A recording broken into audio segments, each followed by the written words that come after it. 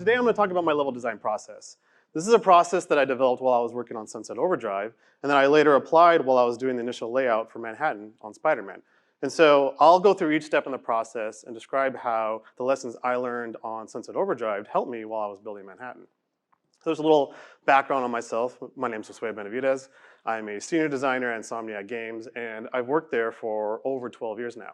And one of the great things about working at Insomniac has just been all the different games that I've got to work on. So on the Resistance games, I worked on multiplayer and co-op. And then on Sunset Overdrive, I got to design most of the night defense bases and traps. And then on Spider-Man, I got to do the initial layout for Manhattan, as well as work on hero progression and traversal. And something that I actually struggled with quite a bit early on was level design. And this became a real challenge when I was working on Sunset Overdrive because I was tasked with building lots of different bases back to back without a lot of time for iteration in between. And so I tried to figure out how I could be a more effective level designer, how I could build bases faster, better, and more efficiently. And really I was looking for a step-by-step process, particularly to help me overcome one of my biggest challenges, which was this, figuring out where to even begin. And I looked up a lot of guides and best practices and tips and tricks, but nothing that I felt was totally comprehensive. Nothing that could take me from this to the beginnings of a layout, to bringing it into 3D, and then to final. And so because I couldn't find anything that could help me guide me through the whole process, I started building my own process. And I started developing my own step-by-step process. So on the first base, after I first built the first base, I wrote down what worked and what didn't work, and then tried to carry that forward onto the next base. And then I kept iterating and I kept updating this process after each base. And so by the end of the project, I had a pretty solid process for how to build bases in Sunset Overdrive. And then I moved on to Spider-Man, and on Spider-Man, I was tasked with doing the initial layout for Manhattan. And this felt like a huge task, and it was almost a little overwhelming because building something like Manhattan feels like it's so different from building something like a Sunset Overdrive base. But I learned that when I felt overwhelmed, the best thing to do was just to try to rely on my process. And so I actually went about laying out Manhattan using the same steps that I had laid out for building bases in Sunset Overdrive. And so that's what I'm gonna go over today. I'm gonna go over each step in the process and talk about how each step applied in both Sunset Overdrive and Spider-Man. And so this is an overview of the whole process, and it's define, research, experiment, confirm, execute, and then reflect. And it probably seems pretty simple, and that's because it is. In my opinion, good design is really about just applying simple ideas in the right order.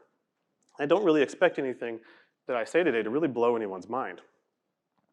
But at the same time, along with this sort of simple step-by-step process, there are also 27 sub-steps. So this allows us to get into a little bit more detail. So step one is define. And this step is really about clearly stating your intentions for a level or for a space. And in my opinion, this is both the most important and yet also the most difficult step to get right. Because it's really hard to know what you need to do before you do it. But if you can clearly define what you're trying to do up front, it allows you to avoid a lot of rework. And so I have a lot of techniques that I use to try to help me define my intentions early on. And so I try to break down my intentions into high-level goals. And I divide these into thematic goals and gameplay goals. So really thinking about what are the thematic elements like the audiovisual experience, the emotional experience, and the narrative experience. And then what are the gameplay elements? What are the mechanics that are in the level? What's the interactivity of the level? What are the different functions in the level? And I form these goals around key questions. So I ask myself, what sort of story do I want to tell? What emotions do I want players to feel?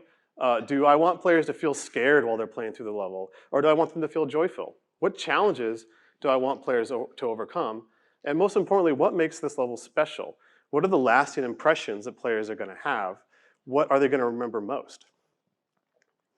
And then if I'm having trouble deciding between goals, I always try to pick out ideas or goals that either scare or excite me the most, because those are ideas that are interesting, at least to me. And I think self-reflection is really important when you're building a level, because the level should be fun for you. If a level that's fun for you is at least one better than a level that's fun for no one. And I know that I appreciate risk. And also, these are your high-level goals. They should push you. They should be trying to get you outside your comfort zone. And it was actually kind of scary when we started working on Manhattan and thinking about trying to build a city that was much bigger than anything we had ever built before. But in the end, I think the payoff was worth it. And in a lot of ways, I think we went beyond even our own expectations because we set these goals that pushed ourselves. And so now that you're trying to form your goals, it's also important to make sure that you're aligning your goals, particularly when it comes to thinking about how your thematic goals and your gameplay goals interact. Because a lot of times, you may find that you have conflicts between these goals. And any of these conflicts are things that you want to try and resolve early on. Because later on, when you get further into development, they can be major points of friction and cause rework. This is a lesson I learned the hard way on Sunset Overdrive when we were building the first night defense base. So I was struggling a lot with trying to make the gameplay work. So night defense is like this tower defense mode where you have enemies streaming in from different angles and lanes. And I was struggling with making that gameplay work with my thematic elements. And so I ended up just throwing any consideration for the theme away and focused solely on the gameplay. And I actually did that by just sort of carving out the lanes that I wanted the enemies to take to get to the base. And I got something that, from a gameplay perspective, I thought worked pretty well and was pretty well balanced. And then when it came to trying to figure out the layout, I just sort of filled in the in-betweens with geometry, but didn't really think about what the actual thematic element of the base was going to be. And so this put a lot of pressure on the environment team to try to realize this space and make sense of this space. And in the end, it didn't really make very much sense because I didn't have the forethought to think out what the theme was going to be. And so what we ended up with was a weird mishmash of things where it's sort of like this diner at the bottom of a corporate office in the back of a neighborhood next to a shopping mall. It didn't really make sense, even a game like Sunset Overdrive. So when I moved on to the next base, I wanted to make sure that my thematic and my gameplay goals were better aligned. So I knew for gameplay, I needed things like rails and surfaces to grind on, but I also needed ways to create lots of small substructures to form lanes. And so I came with the idea of a brewery, which would allow me to have a lot of things like pipes and vats and things to bounce on for traversal, but also allow me to create lane structures better. And the transition from the rough art to the final art was a much smoother process because I had worked out the theme ahead of time. And so the artist and the environment team could really just focus on applying Sunset Overdrive style and not trying to figure out what the space actually was. So on Spider-Man, we knew we had potential conflict with some of our goals. One of our goals being that we wanted the world to feel like a real place, like the actual city. And the other goal being we wanted the traversal to be smooth and fluid. So when you're building things like a real city, you come up with lots of elements that are potential hazards for traversal. And I didn't bring a laser pointer because I thought it would be a lot closer to the screen, so sorry. So you have important details for real world elements, like things like billboards, little air conditioners, you've got like water towers, right? Those things are necessary to build a real world, but they become potential hazards for traversal. So we made sure that we could support those things, but that also, whenever we included an element like that, we had some traversal move or some way that the player could overcome or flow over or through them smoothly. So while you're building your goals, it's also really important to rank your goals. You want to try to form them in a hierarchy if you can, and most importantly, if you can, try to figure out what the most important element of your level or your space is. This will help you while you're iterating on the space. This will help you while you're resolving feedback. But also, this will help you when you're considering spaces between each other, because you might have similar goals between different spaces, but you might find that the priority shifts a little bit between each space. So this is the boat base on Sunset Overdrive. And in this base, the boat theme was really the theme that took priority.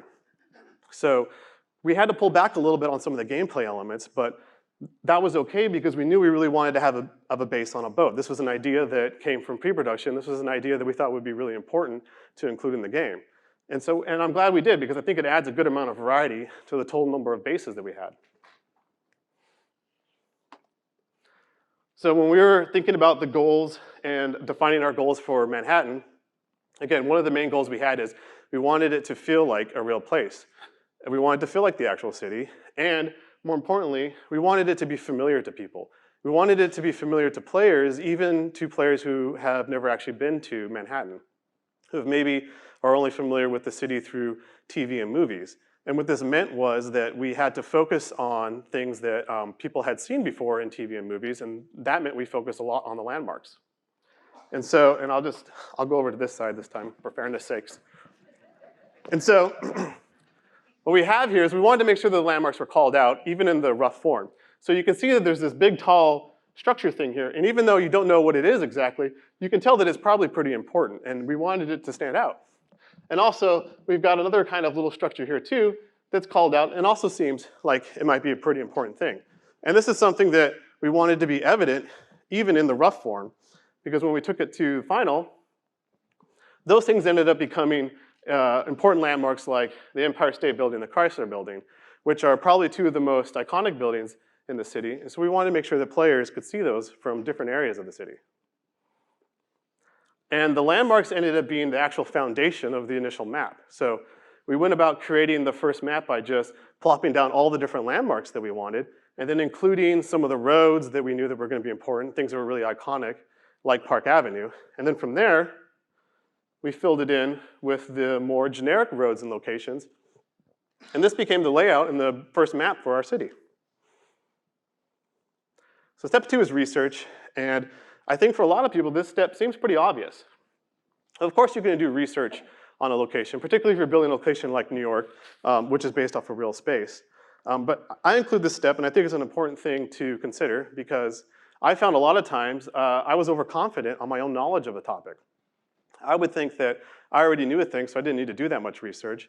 And then when I eventually went back and actually did research, I found details and things that I had missed. Also, when you're starting on a new project or you're starting on a new level, it can be really tempting to try to just jump in and start building right away. But it's important to take a step back and try to do a little bit of research because a lot of things that you can learn, there's a lot of actual time you can save yourself by doing the proper research first. So as an example, this is the first layout for the brewery base actually that I showed earlier. And I was super excited to start on a new base, so I just started laying things out in 2D.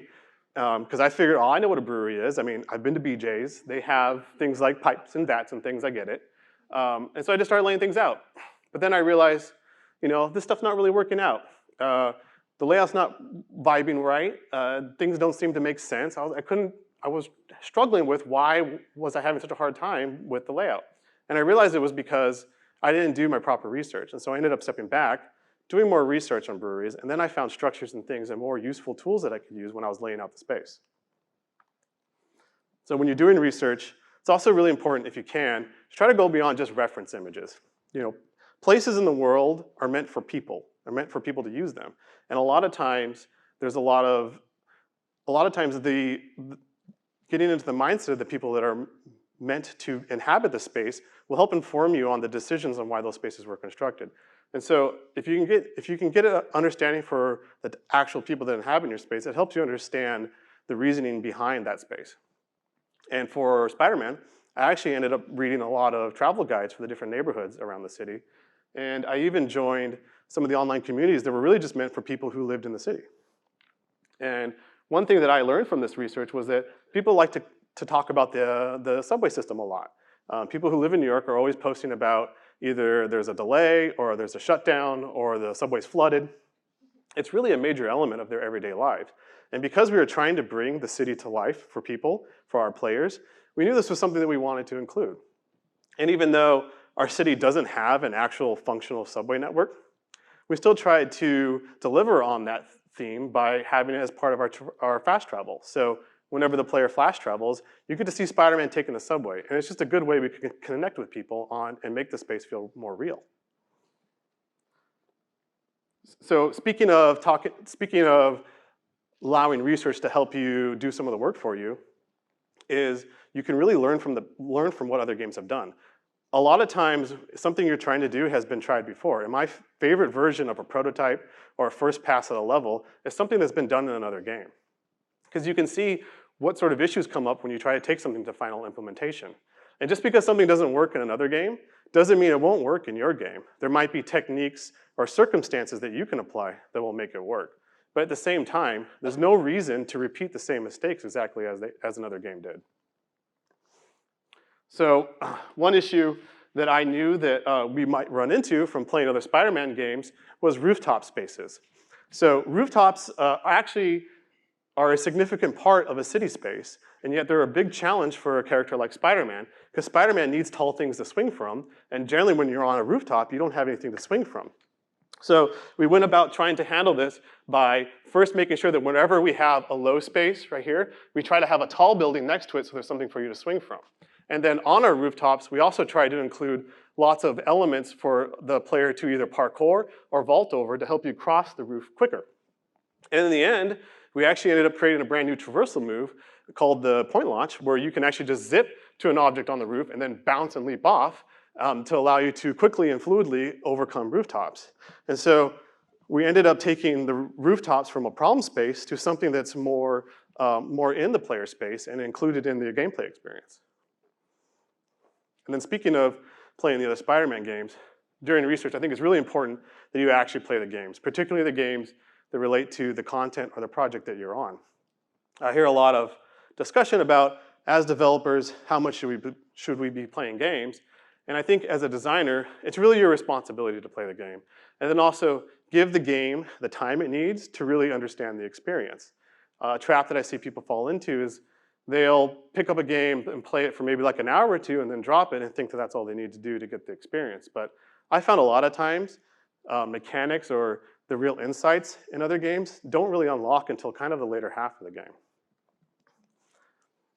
And then for Spider-Man, I actually went through and played every Spider-Man released on console since the first Spider-Man on PlayStation 2. And I played through them, most of them, all the way through. And there were a lot of things that I learned in those games that I would have missed had I dropped the games early on. So again, I think it's important to, if you can, play the games and give them the time they need. So step 3 is experiment, and this is where you get to dig in and start trying ideas out.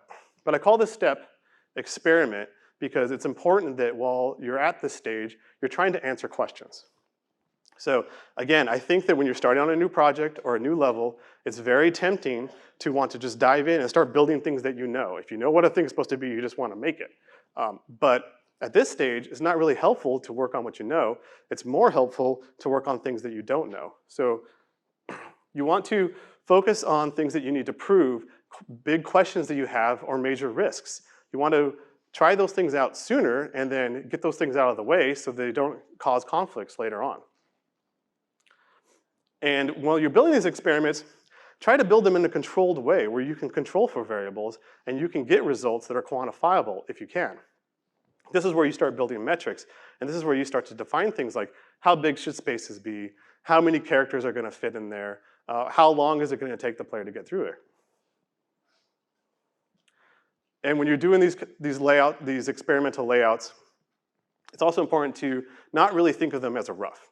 I think of them more as sketching because you're trying to get to your answers quickly. And so you want to focus on just the things you need to do to answer your questions and not get too hung up on details that don't really relate to the questions you're trying to answer.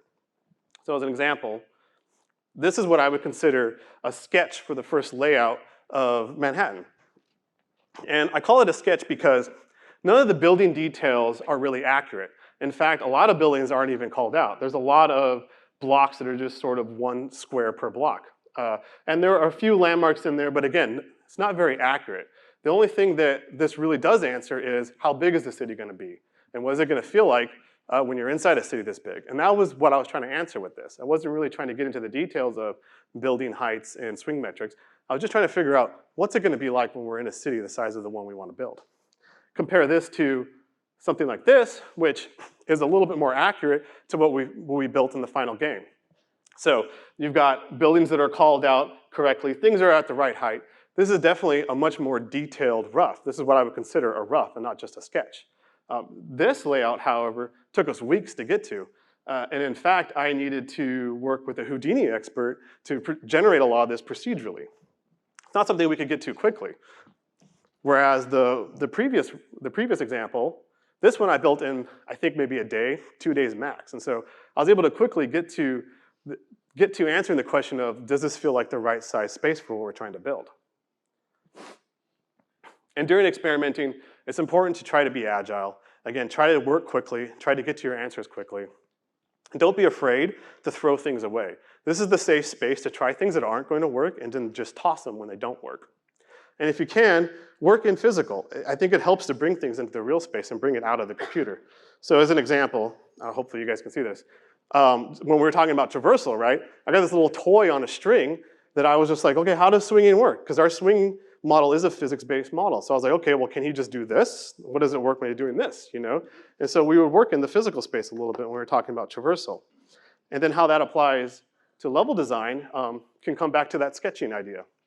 So I talked before about how I sketched the lanes out for that first Sunset Overdrive base.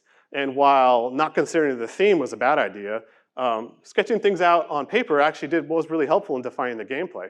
And so when I built the other bases, I actually started by just sketching out all the different lanes on paper. And so I could quickly get through lots of different lanes and lots of different layouts by just drawing lines and sticks and circles.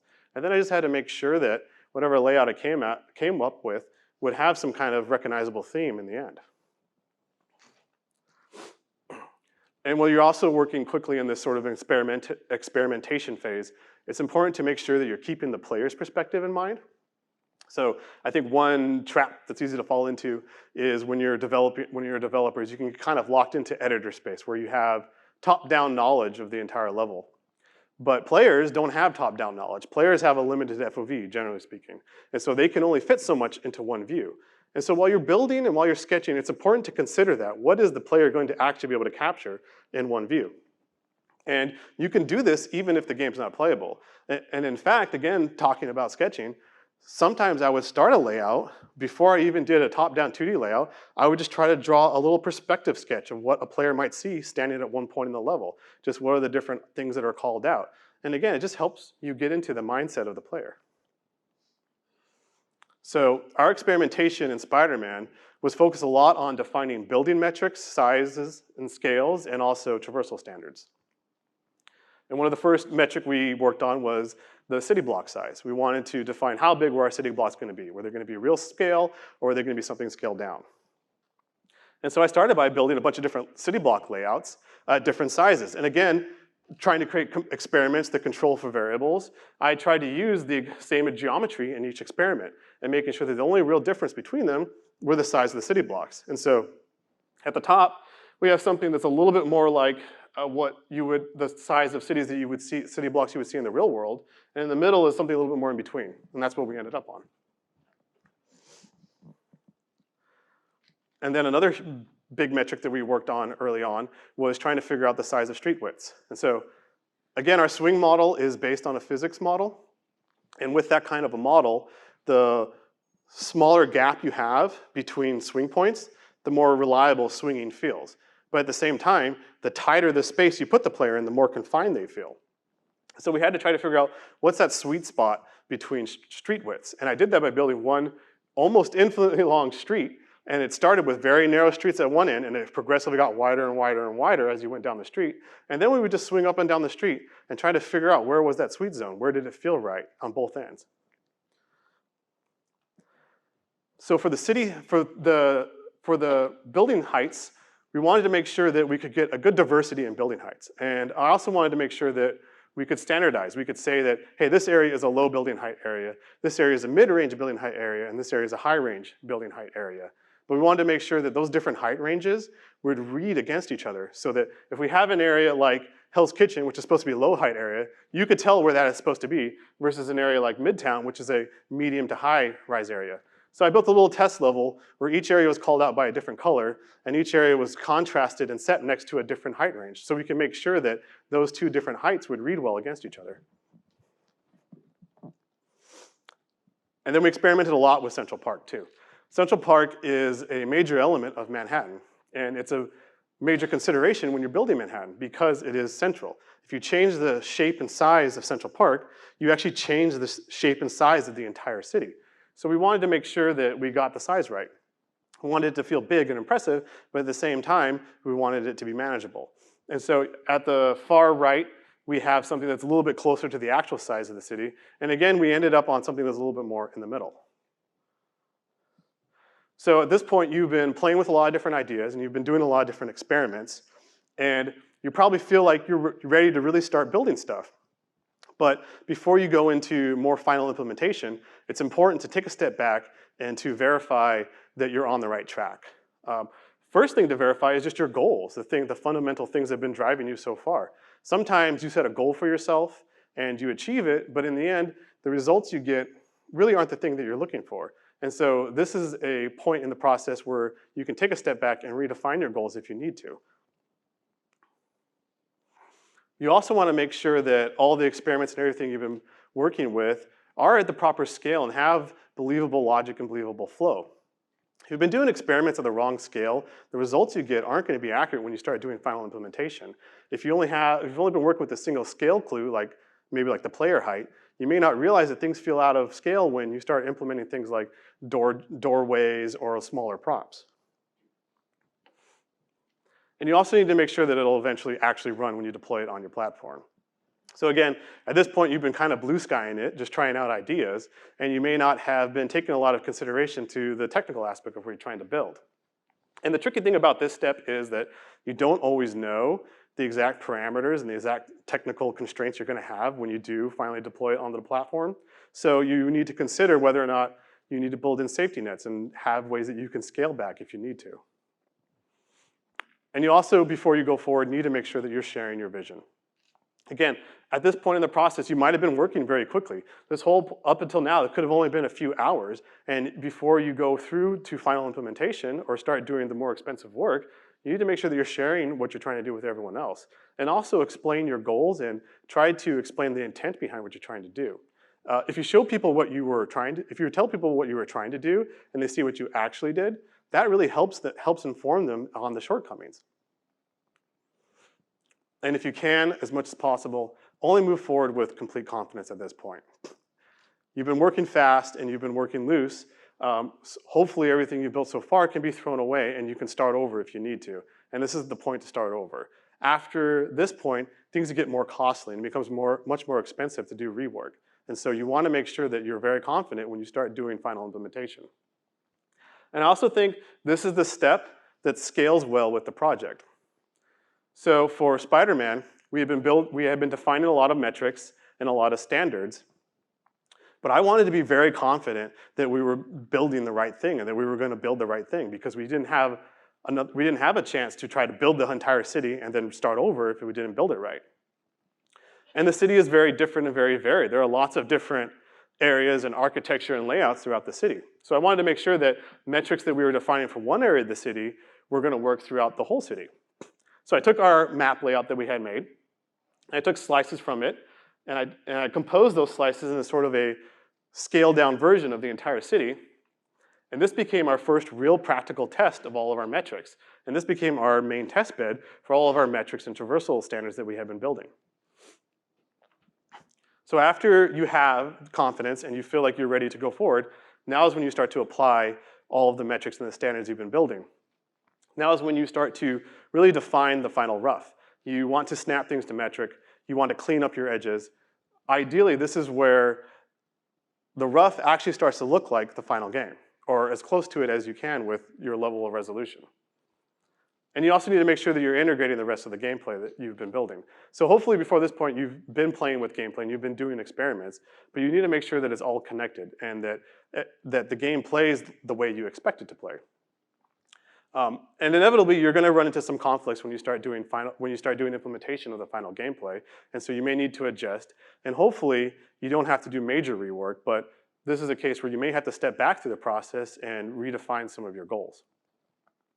So one issue that we had in Spider-Man was the road network in the bottom half of the city is very complex, and that's because a lot of these roads follow most of the roads in actual Manhattan. And so the traffic system we had been building wasn't really built to handle this. And the traffic system we were building was mostly built for 4-way intersections, but some of these intersections have 5 or even 6 ways. But we knew this was still important to have these really complicated intersections because, again, we wanted it to feel like the real city, and the real city has these types of things.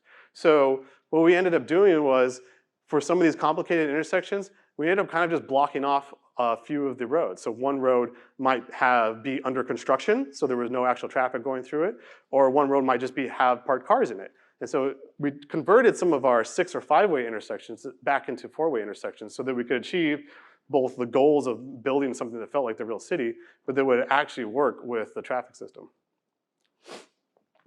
And then at this point, you get to a point in your level where you basically just continuously test and iterate on the level. So you've been testing and iterating on it before this point, but this becomes the entire process, and this is pretty much where you take the game to final. And during the testing and iterating phase, you're gonna come into contact with a lot of feedback. And so it's important to have a plan for how you're gonna resolve your feedback. And this is where I like having those goals and that hierarchy of goals, because this allows me to better evaluate feedback. And it's important to also not be dismissive. You can have a very personal attachment with your level, and so sometimes you can get an emotional response to feedback. But that's the advantage of comparing everything to your goals, because it allows you to detach a little bit emotionally. And so when you get feedback, you can go, okay, does this feedback align with what I'm trying to do? Maybe this feedback is pointing to a goal that's a lower tier than the goal I was trying to service, and so it's okay to ignore it. Or maybe this feedback really does tell me I need to make some adjustments to what I was building. So when we were starting to execute the final rough across the city, we started to actually build the rough into more detail. So once we were confident with all of our metrics and we knew that what we had been experimenting with was the way we wanted to go with the city, we could start building the rough and start matching the buildings more to their final form. And so the rough started to look more like the final level. And we could build those details with a little bit more confidence that the details would carry through and wouldn't be lost in the final level. So the last step is reflect. And even though this is the last step, this was actually the first step in the process for me. Because this whole process started with me just thinking about how I could improve my process and how I could do better the next time. And an unfortunate part of this step is it usually comes after you run out of time. I find that I always have the most insight after I've run out of time to act on it. And so I try to learn from that, and I try to carry that insight forward and do better the next time. Now, I also have a little bit of what I call kind of a dubious personal philosophy, in that even though I've run out of time, I always think to myself, is it really too late? So, because in that reflection process, I try to think to myself, well, is there anything that I can still act on? Is there anything that I can still do to improve this? And so I include this as an important part of like trying to think about what can you do to actually improve the level in its final stages. So one example of that on Spider-Man was something that wasn't part of the initial layout of the city was the faction bases. So we have these different bases around the city that have enemies and thugs in them that you can go through and battle in sort of a challenge type mode. And we ended up implementing these kind of late in the process. We actually had to rework a lot of final art to get them in, but we knew it was worth it because we wanted to have those spaces that would challenge players, and we wanted to have spaces that would really allow players to exercise their mastery of the game. And reflecting on the whole project and thinking about what I could do better, I do think that initially I was so focused on all of the metrics that I didn't build enough space in for the environment team in to add details into some of the street level stuff. So, and we actually did end up having to rework some of the street metrics. So after we built about half of one of the first districts, we realized we didn't have enough space on the streets to include the props that we needed to really make the world feel detailed enough and make it feel real. And that was one of our major goals. We wanted it to feel like a real space. We wanted it to feel real. And so we made the decision to change the street metrics, which ended up having to do a lot of rework in that first area. Luckily, we did this soon enough to where it wasn't detrimental to the whole project, but it would have been better had we considered, or had I considered, had I considered a better buffer zone for the propping spaces early on. And we also did end up shaving off some space from the city. So we actually ended up taking off some spaces from the sides. But this ended up being okay because we found that if we took space off the sides, it still felt right. It still felt like Manhattan, and it didn't really disrupt the layout, or it didn't disrupt our landmarks very much. We also considered if we could take space out of the middle of it And we found when we tried to take space out of the middle, it disrupted a lot of things. It made the shape not feel like Manhattan, and it disrupted the position of all of our landmarks. And so considering our goals of trying to make this feel like a real space, we knew that we would be okay if we took space out of the sides, but we needed to leave the space in the middle alone.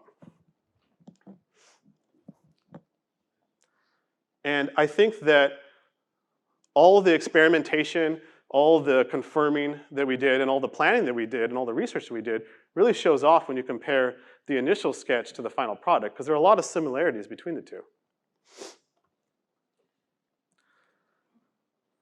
And so reflecting on the actual process itself, during applying the process on Spider-Man is when I really thought about experimenting with intent. And so thinking about this as a scientific process and not just as free-form experimentation, but trying to actually answer questions. And then also thinking about using evidence to support what I was trying to do. So again, one of the scary things about building Manhattan was it's a huge level, and we didn't have the time to try it once and then restart over and try it again. So we had to be sure that and confident with everything we were trying to do. And we basically needed to accurately predict what the outcome was going to be. And I find that when you're trying to make accurate predictions, it's good to have evidence. So I started thinking about the experiments I did and the research I was doing as evidence when I was trying to predict how well the final level was going to come out. So in summary, you want to define your thematic and your gameplay goals, form goals around key questions, and resolve conflicts you may have between gameplay and thematic goals. You want to do research. You want to make sure you do research even if you think you're familiar with the content, and you want to try and go beyond reference images. And be sure you play the games and make sure that you give the games the time they need to really understand the full experience. And then when you experiment, try to answer key questions. Try to build controlled experiments. Think of this phase like sketching, so don't get too hung up on details yet. And be okay with throwing things away. Being okay with starting over if you need to. And the confirming, you need to make sure you step back and verify your goals. Check your scale, your logic, your flow. And if you can, only move past this step with confidence. And then execute. This is where you define the final rough. This is where you lock down metrics. You clean up your edges. And everything should start to finally play like you expect it to. And then finally, reflect. Consider what you could have done better. Consider what about how you can improve the process. And consider whether it's really too late to try to improve your level. And so the main point I have is a base in Sunset Overdrive is a very different type of space from the city of Manhattan. Yet, the same fundamental process was used to build both. And that's really the power of a good process. And that's really the power of good old-fashioned level design. Thank you.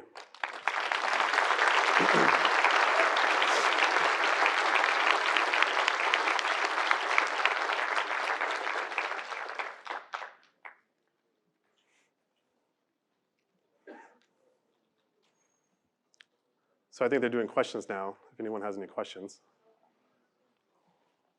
There's microphones if you have questions.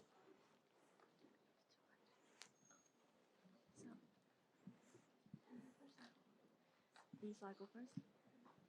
Yeah, you can go first. You go first. Okay. I'll go back and forth. Hello. Hi there. Can you hear me? Okay. So I'm wondering each steps, how long, for example, like for take Spider-Man as example, how long did you take for each steps? How long for each step? Well, it would have been good if I had recorded that. For example, to get to, one thing I do know is to get to the initial map, basically that first map where we had everything filled in, for me, that was about 3 months of work.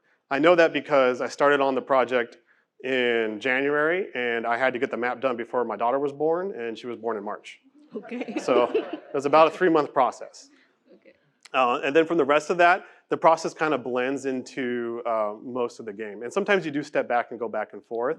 So it's not always done in discrete chunks. Mm-hmm. Okay, thank you. So I just want to ask about the DLC. When you guys had to work, when you finished the game and you had to start on the DLC, how did you approach the level design for the DLC as well, knowing that you're going to reuse the same map, but change some things in it? Well, I wasn't as involved with the DLC, so I can't speak to that as specifically.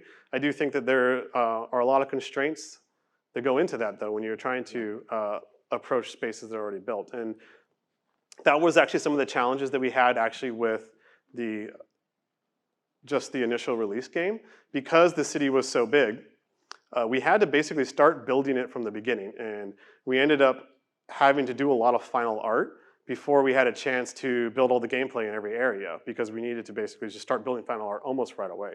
And so there were a lot of challenges that a lot of designers had because they ended up having to build in a lot of gameplay spaces that were already final. And so it's always just looking for opportunities where you can build something new and looking for opportunities where you can reuse spaces that are already used. Okay, thank you. How you doing? Hi. My name is Josh. I work on a relatively large map too. It's 8K by 8K in Unreal units. Oh, So it's nice. pretty Mine big. is 3K by 8K. Yeah, I saw. So early on in development, once the levels really started taking shape, we obviously ran into performance issues. It being such a big map, obviously it probably came up when you guys were building the city of Manhattan. Like, what kind of challenges did you have with performance, and how did you kind of solve those issues? So, performance was the big consideration for us. Actually, part of the 8K limit was beyond 8K, there'd be dragons, I guess. There's some Right. sort of math issue with going beyond that. And so they're like, don't go bigger than that. So that was the initial boundary. But we did have some previous history with streaming on Sunset Overdrive. So we had some metrics that we could build from. And we knew, and again, talking about scaling, we knew there were certain things that we could scale back. And so we had idealized, metrics that we wanted to hit, and we knew there was ability to scale there. And then ultimately, one of the things we do at Insomniac is just sort of rely on our awesome engine and technical teams. Right. I don't know what those guys do. I think they're wizards. Okay. But I just say, hey, I want to do this thing. It's going to be insane. Can you do it? And somehow they figure it out. Okay. Hi. What part of the process do you start worrying about where the story missions take place and how many collectibles there are everywhere, all the sort of gameplay specifics like that? We were trying to map that out from the beginning. We tried to make sure that each of the locations, I think one thing that helped, that we knew that a lot of those things were probably going to pivot around landmarks too, because that makes for interesting gameplay if you have a mission or something that takes place at a well-known location, right? Particularly in something like Manhattan. So we tried to make sure that there was a good distribution of landmarks to help people build missions around there. But we would map things out early. So we would map things out early. We would do sort of speculative mission flows throughout the city, and then just try to accommodate whenever missions did come up. Thanks. Okay. You mentioned playing games and studying them to learn things from them and play through the whole thing to learn things. Do you have a specific process or things that you look for, or how you go about doing that to learn the most and get the most out of it as a designer? Yeah, obviously it's a little bit easier when you're making something like Spider-Man, right? Because you just go play all the Spider-Man games. But I also looked for, I try to find common elements or common threads or things that I want to achieve that either have been done well or maybe were tried in kind of a crazy way in a different game. So obviously played through all the Spider-Man games, but then there are other games that take place in New York. And so it's important to try to play those games. There are also games that are trying to go for just the feeling of New York. And so I work with looking at games that are achieve critical acclaim, right? That or are related to what I'm trying to do, or that just do something unique and novel. And in terms of finding those games, I guess that can be a difficult challenge, right? There's lots of diamonds in the rough out there. And so I feel like that's why it's important just to, as much as you can, try to do research and try to play games. Because what you'll find is, by researching for one game, you may see an interesting or unique element that you can maybe remember, and then you can come back and revisit that when you're doing research for another thing. So it just helps us try to, as much as you can, try to build that repertoire of interesting mechanics and interesting games to reference. Okay, thank you. Hi, I love all the transference from Sunset Overdrive to Spider-Man. That seems to be like a key theme. Was there anything you thought players overlooked in Sunset Overdrive that you were really proud to bring back in Spider-Man that maybe they didn't catch the first time around? We were really proud of, and I guess felt like Sunset Overdrive was overlooked in general. But again, a lot of it just comes again with just sort of the basic principles of the design and trying to build the diverse and different layouts for the world, right? There were a lot of other principles of just trying to invoke. One big thing that I was really big on with Sunset Overdrive was including natural elements. I was really big on just adding like trees and waterfalls and anything that I could anywhere we wanted. And for Manhattan, I was super big on Central Park. Like I wanted Central Park to be this really beautiful natural space because I felt like it was important that we gave players a break from the city. And so a lot of the effort that went behind making sure that Central Park is this actually, compared to the rest of the map, a pretty massive space, even though it's totally different from everything else. A lot of that comes from all of the desires to create natural spaces in Sunset Overdrive. And so I think that was a big inspiration that was brought over. So I thought it was really fascinating what you were showing about like the burden on you specifically building the layout for this space, this massive space. And specifically with regards to level design, what kind of division of labor came on later in the project? To what extent were you able to then start like breaking chunks up, and when were you able to start doing that from your base layout state, if you did at all? You mean division of labor between the design side and the environment side, the environment side? Specifically, actually within design, like, did you then, once you got your core layout built, did you then start dividing up districts for other designers, or was that primarily your responsibility the whole way through, and then working with environment art, or? Well, that was actually the original intent, was to basically try to do like a first pass layout for the city. First pass like designer layout, and then the other designers would come in and build the gameplay into the level. Unfortunately, what happened was, because we found we needed to start building the level, so building the actual final art so quickly, and a lot of the initial gameplay ended up being things more like interior spaces, a lot of designers ended up having to actually build spaces into final art instead of being able to come back and work in the layout. And one thing that we started doing later on was a lot closer to the phase where we started considering bases that I think would have been good to include sooner if we were to rebuild the whole city again, which I don't think we will, is to try to get people to basically just build speculative space. You know, we did that in a few areas where we were just like, we don't know, but this is maybe a space for something cool. It's like an arena. Put something there if you want, right? Like, and so we built some of those, but I feel like we could have built more of them because we ended up doing things quicker on the art side than we could keep up with on the design side. Awesome, thank you.